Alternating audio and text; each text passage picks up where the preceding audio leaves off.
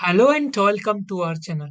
Student দেখো আজকে আমি যে পার্টটা করছি সেটা হচ্ছে ব্যালেন্স ডায়েট অর্থাৎ সুষম খাদ্য যেটা স্টার্ট করেছিলাম তার আজকে যে পার্টটা সেটা তোমাদের সামনে তুলে ধরেছি। দেখো মিনারেলস অর্থাৎ খনিজ মৌল, অর্থাৎ এটা একটি মানব শরীরের ব্যালেন্স ডায়েট অর্থাৎ সুষম খাদ্যের মধ্যে একটি অত্যাবশ্যক প্রয়োজনীয় একটি উপাদান যেটা হচ্ছে খনিজ মৌল। এর আগের পার্টে আমরা ভিটামিনটাকে কমপ্লিট করেছি, যদি কেউ না দেখে থাকো আগে চট করে ভিডিওটা দেখে নাও, তারপরে এটা দেখো। তোমার অনেকটা ভালো লাগবে, হেল্প হবে। এই ভিডিওটা মূলত তৈরি করা হয়েছে এসএসসি, পিসিএস এবং সেন্ট্রাল গভর্নমেন্টের যত রকমের এক্সাম আপকামিং চলছে, এমটিএস, এছাড়া যারা স্কুল লেভেলে পড়ছো তাদের যে সমস্ত মেধা তালিকার পরীক্ষাগুলো হচ্ছে, যেরকম VSO Vidyasagar science olympiad, NTS national talent search, NMMSE, আরো বিভিন্ন রকমের অলিম্পিয়াডের উপর বেশ করে এই ভিডিওটা বানানো। তো ভিডিওটা ভীষণই ইনফরমেটিভ হতে চলেছে। দেখো আমি তোমাদের সামনে তুলে ধরছি, পার্টগুলো দেখো। সবার ফার্স্ট আমি তুলে ধরছি, দেখো খনিজ মৌল বা মিনারেলস। ঠিক আছে, ডেফিনেশনটা আমি না দিয়ে আমি কি কাজে লাগে কি জিনিসটা দিয়েছি দেখো। কার্বন, হাইড্রোজেন, অক্সিজেন, নাইট্রোজেন দ্বারা গঠিত অর্গানিক কম্পাউন্ড ছাড়াও দেহের কিছু ইনঅর্গানিক এলিমেন্টের প্রয়োজন হয় সমস্ত কার্য সম্পন্ন করার স্বার্থে। এই এলিমেন্টগুলি আয়নিক আকারে উপস্থিতি থাকে।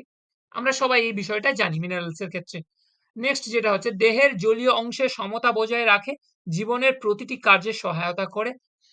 দৈহিক মেটাবলিক কাজ সম্পন্ন করার জন্য মিনারেল এর প্রয়োজন অনুযায়ী একে দুভাগে ভাগ করা হয়, যথা, ভীষণ ইম্পর্টেন্ট, এটা দাগ দেবে, মাইক্রো এলিমেন্ট, ম্যাক্রো এলিমেন্ট। প্রথমে ম্যাক্রো তারপরে মাইক্রো। আচ্ছা, ম্যাক্রো হচ্ছে 1 গ্রাম বেশি প্রয়োজন হয়, 1 গ্রামের থেকে একটু কম প্রয়োজন হয়। এদের যে কোনো একটি ত্রুটিপূর্ণতার জন্য যদি একটু কম বেশি দেখা যায় তাহলে দেহের মেটাবলিক কার্য সম্পন্ন সেটা হানি ঘটায়, মানে ব্যাহত হয়। ঠিক আছে, এরপরে যে পার্টগুলো পড়ছি সেটা একটু দেখার চেষ্টা করো।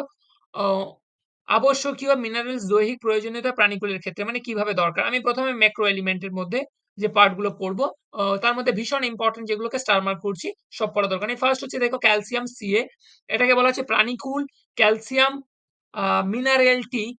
এই যে CA3 ব্র্যাকেটের মধ্যে PO4 2 যৌগ আকারে গ্রহণ করে।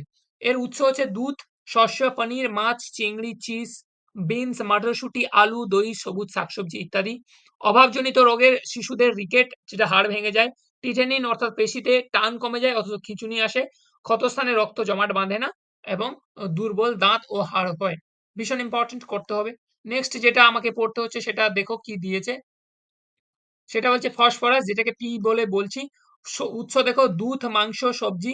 দেখো দুধ তো কমন সব জায়গায় থাকবে, এখানে তোমার যেটা লাগবে সোয়াবিন লাগবে, রাগি লাগবে, এবং তন্তুজ ফসল। আচ্ছা, এটা হাড় ফুটো হয়ে যায় যদি অভাব হয়, বা হাড় ভেঙে যায় বা বেঁকে যায়, যাকে বলা হয় অস্ট্রিওপোরোসিস। দেখো অস্ট্রিওমেলাসিস অস্ট্রিওপোরোসিস সম্পূর্ণ আলাদা। দাঁতের সমস্যা দেখা দেয়, শরীরে বৃদ্ধি রোধ হয় এবং শারীরবৃত্তীয় কাজে ব্যাহত রাখে। তার মানে আমি তোমাকে যখন ভিটামিন পড়িয়েছিলাম, দেখো ভিটামিনের সাথে মিনারেলস এর একটা সিমিলারিটি তুমি পাচ্ছ, মানে একই রকমের অসুখ দেখা যাচ্ছে, তো তুমি সেটা কম্পেয়ার করে নেবে। ঠিক আছে, নেক্সট পার্টে চলো। নেক্সট পার্টে যেটা পড়বো সেটা দেখো ম্যাগনেসিয়াম এমজি। উৎস সবুজ শাকসবজি, মটরশুঁটি। প্রাণীজ দুধ তো সবসময় থাকছে, মাংস থাকছে, সোয়াবিন থাকছে।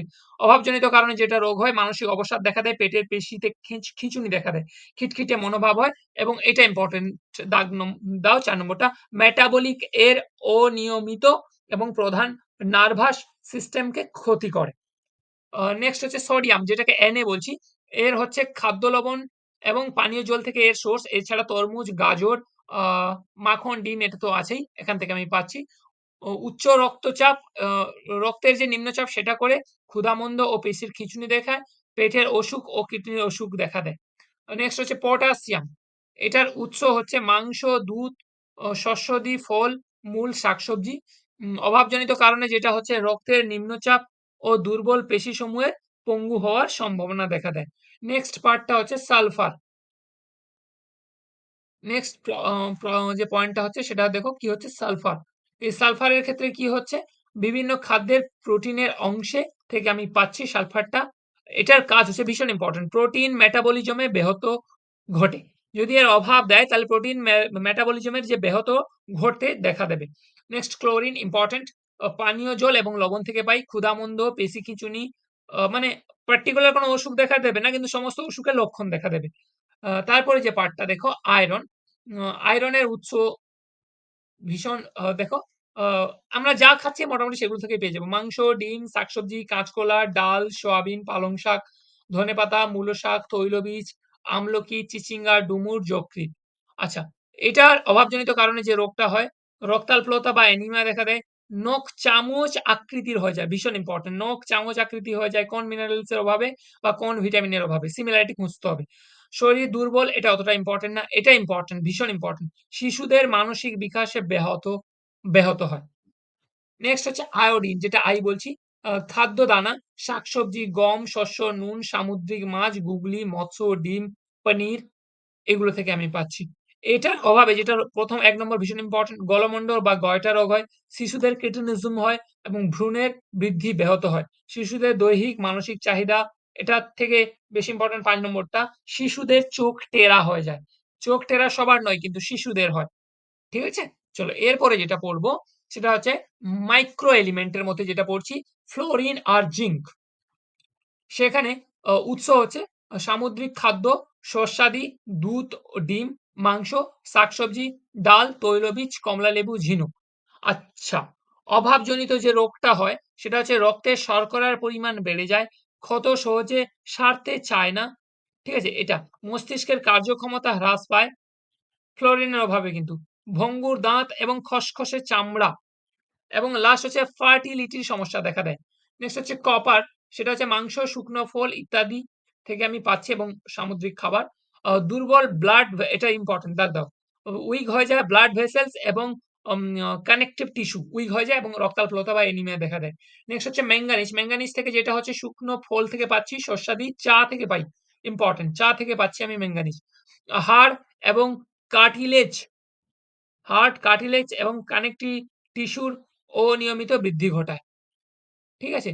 নেক্সট পার্টটা দেখো এবার। নেক্সট পার্টটা দেখো, কোবাল্ট, ভীষণ ইম্পর্টেন্ট। একটাই মাত্র সোর্স, দুধ, পনির, মাংস উদ্ভিজ্জভাবে পাওয়া যায় না। একটাই মাত্র রোগ, রক্তাল্পতা বা অ্যানিমিয়া। লাস্ট হচ্ছে ক্রোমিয়াম, ইস্ট, সামুদ্রিক মাছ, মাংস, বিভিন্ন শাকসবজি। সেখানে তার অভাবজনিত কারণে যেটা হচ্ছে অনিয়মিত জেটাবলিক, মেটাবলিক, ও এটা কমা দেবে, জেটাবলিক, মেটাবলিক এবং এটিপি তৈরি হয়, অনিয়মিতভাবে তৈরি হয়। ঠিক আছে?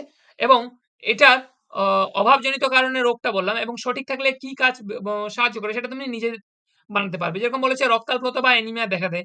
যদি এটা ঠিক থাকে কোবাল্ট, তাহলে রক্তাল্পতা বা অ্যানিমিয়া থেকে প্রতিরোধ করে। এটা হচ্ছে তার কাজ।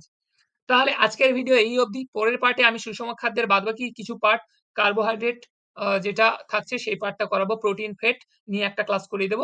আ আজকে আমি মিনারেল শেষ করলাম। এর আগে ভিটামিন শেষ করেছিলাম। পরের পার্টে কার্বোহাইড্রেট, প্রোটিন, ফ্যাট এটাকে করিয়ে দেব। তারপরে আমরা লাইফ সায়েন্স এর অন্য একটা পার্টে যাব। ঠিক আছে? তো তোমরা মন দিয়ে পড়াশোনা করতে থাকো। আ ভিডিওটাকে বারবার করে দেখতে থাকো। ভালো লাগলে লাইক করো, শেয়ার করো এবং কমেন্ট করো। Okay? Tata, bye. Jai Hind, Vande মাতরম।